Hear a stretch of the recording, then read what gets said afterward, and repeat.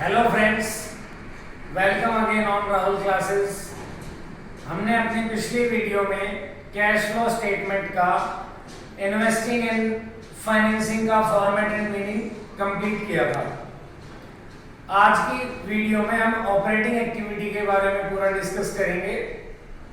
कोशिश करेंगे कि एक ही वीडियो में हम अपने ऑपरेटिंग एक्टिविटी के टॉपिक को खत्म कर लें। तो वीडियो के लास्ट तक मेरे साथ बने रहिए और देखिए ऑपरेटिंग एक्टिविटी। हमने आपसे पिछली क्लास में ऑपरेटिंग एक्टिविटी का मीनिंग समझाया था। आज एक बार फिर से मैं मीनिंग एक्सप्लेन कर रहा हूं ऑपरेटिंग एक्टिविटी का। अगर आप अच्छी तरीके से मीनिंग को अंडरस्टैंड कर लेते हैं और 3-4 की पॉइंट्स में बताऊंगा, उनको अगर आप अच्छी तरह समझ लेते हैं तो फॉर्मेट आपको अपने आप लर्न रहेगा। काफी बच्चों के डाउट्स रहते हैं कि ऑपरेटिंग एक्टिविटी का फॉर्मेट काफी बड़ा है सर, हमें तो याद ही नहीं होता। वो रटने में लगे हुए होते हैं। मैं आपको फॉर्मेट को तोड़ के 3-4 पार्ट्स में एक्सप्लेन करूंगा लॉजिकली, और आपको फॉर्मेट लर्न रहेगा, रटने की जरूरत नहीं पड़ेगी आपको। तो हमने ऑपरेटिंग एक्टिविटी का मीनिंग क्या पढ़ा हुआ है, एक बार जल्दी से देखेंगे उसको। हमने पढ़ा था operating activities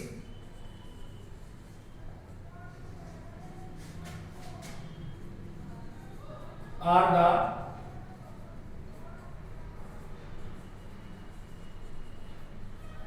principal revenue generating activities.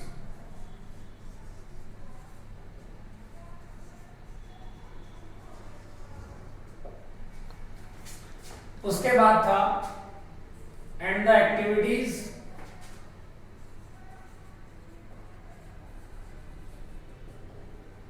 which are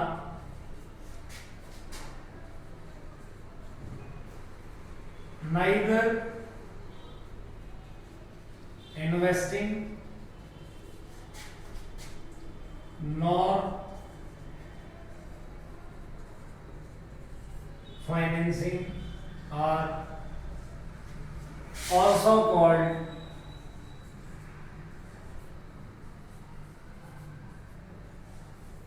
operating activity. हमने पढ़ा था कि ऑपरेटिंग एक्टिविटीज हम उन एक्टिविटीज को बोलते हैं जो बिजनेस को ऑपरेट करने के लिए डेली बेसिस पे हुई हैं।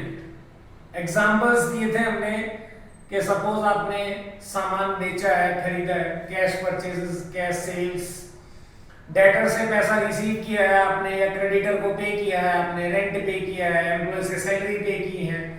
ये एक्सपेंसेस बिजनेस को ऑपरेट करने में डेली बेसिस में हमें करने पड़ते हैं, जो ऑपरेटिंग एक्टिविटीज का पार्ट है। अब समझने वाली बात ये है कि जो आपका फॉर्मेट है उसमें कहीं पर भी cash sales, cash purchases received from debtors, payment to creditors कुछ लिखा ही नहीं है। तो हम समझा क्या रहे हैं फिर आज?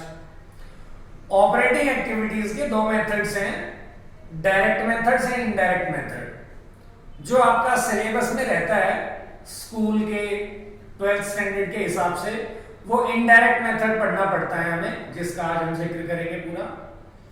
डायरेक्ट मेथड भी हम अपनी आने वाली अगली वीडियोस में एक्सप्लेन जरूर करेंगे, जो कॉलेज वाले स्टूडेंट्स के लिए हेल्पफुल रहेगा।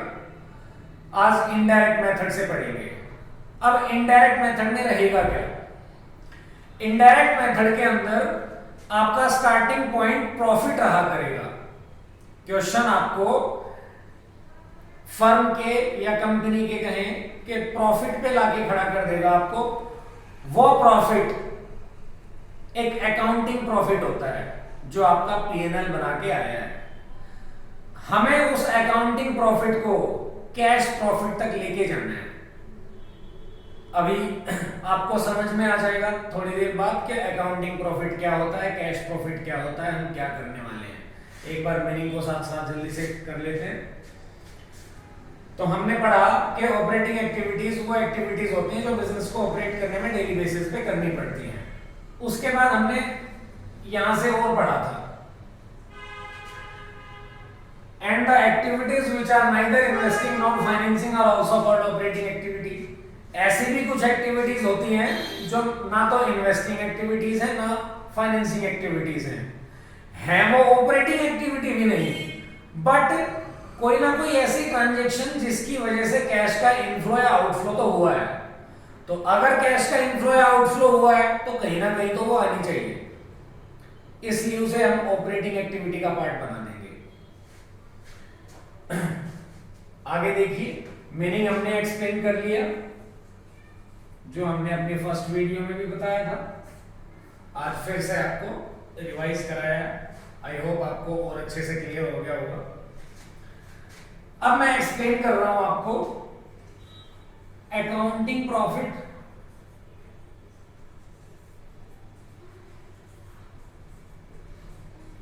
और कैश प्रॉफिट क्या होते हैं। जब आप प्रॉफिट एंड लॉस अकाउंट बनाते हैं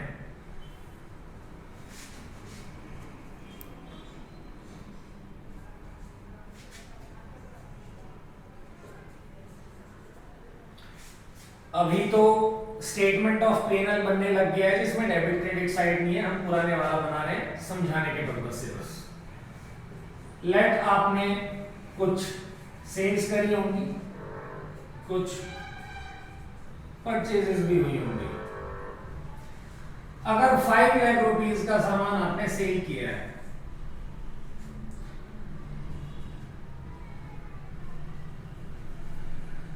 ₹3 लाख की परचेज थी आपकी, तो प्रॉफिट आपका 2 लाख बच गया होगा। ये जो प्रॉफिट है ये हमारा P&L अकाउंट बना के आता है। अब सोचकर देखिए, क्या जरूरी है कि अगर आपका प्रॉफिट 2 लाख रुपीस है तो आपकी पॉकेट में 2 लाख रुपीस ही हो? इम्पॉसिबल है। क्या पता हमने कुछ परचेजेस क्रेडिट पे भी करी हो। फॉर एग्जांपल 2 लाख रुपए की कैश में कर दी हो, 1 लाख रुपए की क्रेडिट में परचेज हो, तो पैसा तो गया ही नहीं यहाँ पे, पूरा 3 लाख रुपए। ठीक इसी तरह जो सेल्स हैं वो क्या पता 3 लाख रुपए की कैश में हो, 2 लाख रुपए की क्रेडिट में हो, तो यहाँ भी पैसा नहीं है। तो ऐसा जरूरी नहीं है कि जो हमारा अकाउंटिंग प्रॉफिट आ रहा है वो रियल है, उतना ही कैश हमारे पास हो, ऐसा जरूरी नहीं है। हमें क्या करना है, इनडायरेक्ट मेथड के अंदर हमें अकाउंटिंग प्रॉफिट दिया जाएगा क्वेश्चन में और हमें उसे कैश तक लेके आना है। मैं उम्मीद करता हूं कि आपको समझ में आ रहा होगा ये कॉन्सेप्ट। हमें क्वेश्चन में अकाउंटिंग प्रॉफिट मिलेगा जिसे हमें कैश प्रॉफिट तक लेके जाना है।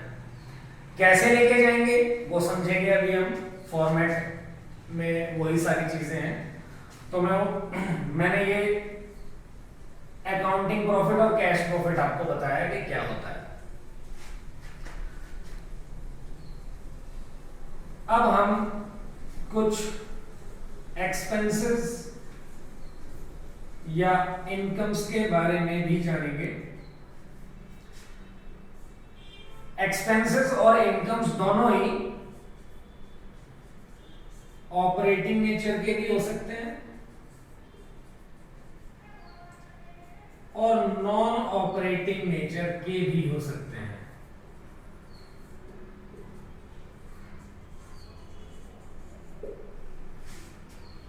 हमें cash flow from operating activity prepare करते हुए ओनली ऑपरेटिंग नेचर के एक्सपेंसेस और इनकम्स को कंसीडर करना है। नॉन ऑपरेटिंग नेचर के एक्सपेंसेस और इनकम का इफेक्ट कैंसिल करना है हमें। कैंसिल का मतलब क्या है? जो हमने P&L बना दिया होगा, प्रॉफिट भी आ गया होगा एक अकाउंटिंग प्रॉफिट, इस अकाउंटिंग प्रॉफिट तक पहुंचने में हमने दोनों तरह के खर्चे और इनकम माइनस प्लस कर दिए हैं, चाहे वो ऑपरेटिंग नेचर के थे चाहे वो नॉन ऑपरेटिंग नेचर के थे। तो जो सही माइनस है चीजें जो होनी चाहिए थी माइनस ऑपरेटिंग नेचर की, उनका कुछ नहीं करेंगे। इसलिए इनडायरेक्ट मेथड में आप देखेंगे कि ऑपरेटिंग नेचर के एक्सपेंसेस और इनकम का जिक्र हो ही नहीं रहा है, क्योंकि वो सही आइटम्स थी। इनडायरेक्ट मेथड में हम सिर्फ क्या कर रहे हैं, गलत चीजों को उल्टा करके अपने कैश तक पहुंच रहे हैं। हम अकाउंटिंग प्रॉफिट को कैश प्रॉफिट तक लेके जा रहे हैं, हम अपने गलत चीजों का इफेक्ट एलिमिनेट करके। सही चीजों का जिक्र ही नहीं आएगा, क्योंकि वो सही माइनस या प्लस हुई होगी।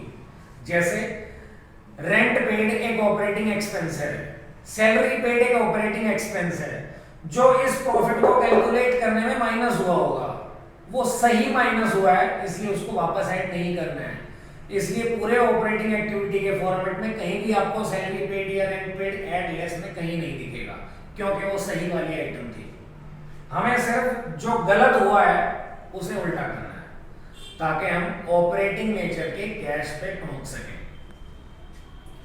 मैं उम्मीद करता हूं कि आपको थर्ड पॉइंट भी क्लियर हुआ होगा कि एक्सपेंसेस या इनकम्स के बारे में हम क्या पढ़ने वाले हैं। उसके बाद एक पॉइंट आएगा हमारा वर्किंग कैपिटल। अगर मीनिंग जाने वर्किंग कैपिटल का, तो वर्किंग कैपिटल का मीनिंग होता है जो कैपिटल हमें बिजनेस की डे टू डे वर्किंग के लिए चाहिए, उसे हम वर्किंग कैपिटल बोल देते हैं। वर्किंग कैपिटल जनरली दो तरह का कहा जाता है, एक ग्रॉस वर्किंग कैपिटल, एक नेट वर्किंग कैपिटल। अकाउंटेंसी में जहां भी यूज में आना हो वो नेट वर्किंग कैपिटल आता है। ग्रॉस वर्किंग कैपिटल का मतलब होता है total of current assets. Current assets के टोटल को हम ग्रॉस वर्किंग कैपिटल कह देते हैं। नेट वर्किंग कैपिटल का मतलब होता है current assets minus current liability. अगर करंट एसेट्स में से हम करंट लायबिलिटीज माइनस कर दें तो वो नेट वर्किंग कैपिटल बन जाता है। जब हम फॉर्मेट को सीक्वेंस वाइज समझेंगे तो आपको पता चल जाएगा कि वर्किंग कैपिटल का भी क्या रोल है। यहाँ पर एक आइटम है एक्स्ट्रा ऑर्डिनरी आइटम, जिसके बारे में हम बता चुके थे मीनिंग एक्सप्लेन करते हुए ही। The items which are neither investing nor financing are also called operating. Extraordinary item, as the name suggest, extraordinary मतलब जो ऑर्डिनरी ही नहीं है। तो ऑर्डिनरी नहीं है, ऑपरेटिंग नेचर की नहीं है, डेली बेसिस पे होती ही नहीं है, क्या पता वो बिजनेस से लिंक करती भी है या नहीं, बट ऐसी एक्टिविटीज की वजह से भी कैश का इनफ्लो या आउटफ्लो तो हुआ है, तो कहीं ना कहीं तो आनी चाहिए। इसलिए हम ऐसी एक्टिविटीज को ऑपरेटिंग एक्टिविटी में ही शामिल करते हैं। मैंने एग्जांपल लिया था इंश्योरेंस क्लेम प्रोसीड, यही एक एग्जांपल दिखाई देगा आपको, कुछ और ज्यादा परेशान नहीं करेगा कोई और एग्जांपल आपको। तो इंश्योरेंस क्लेम लेना ना तो हमारी कोई इन्वेस्टिंग एक्टिविटी है, इंश्योरेंस क्लेम लेना कोई फाइनेंसिंग एक्टिविटी भी नहीं है कि हमने कोई लोन ही ले लिया हो। इंश्योरेंस क्लेम लेना है ऑपरेटिंग एक्टिविटी भी नहीं, बट कैश का इनफ्लो हुआ है, तो कहीं ना कहीं तो आनी चाहिए, इसलिए हम उसे ऑपरेटिंग एक्टिविटी में लिखते हैं। अब यहाँ पे ट्रीटमेंट क्या होगा वो फॉर्मेट के हिसाब से आपको समझ में आएगा। यहाँ तक जो मैंने समझाया है शायद आपको क्लियर हो ही गया होगा। अगर स्क्रीनशॉट लेना है तो आप स्क्रीनशॉट ले सकते हैं।